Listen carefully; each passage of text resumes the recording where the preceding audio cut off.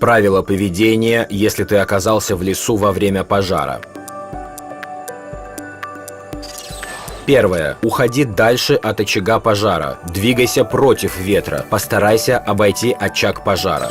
Второе. Защити себя от огня. При приближении пожара ляг в воду или обильно смочи одежду.